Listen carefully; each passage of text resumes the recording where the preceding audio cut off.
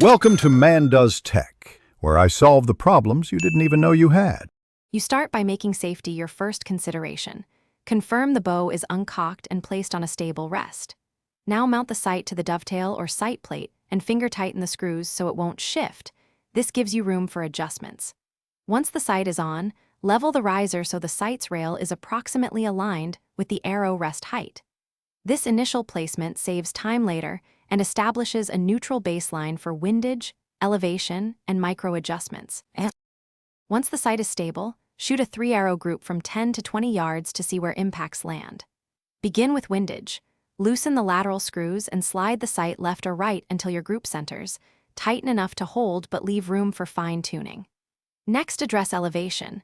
Move the slider up or down to raise or lower point of impact, using your measured distance and arrow speed to estimate adjustments.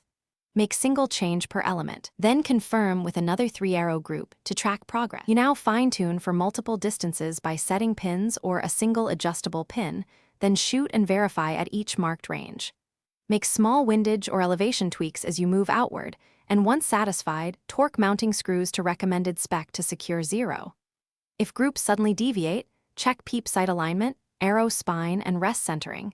These often mimic sight errors. One key troubleshooting tip: if adjustments don't change impact, confirm the sight or riser isn't slipping. Thanks for watching. If you found this helpful, don't forget to like and subscribe.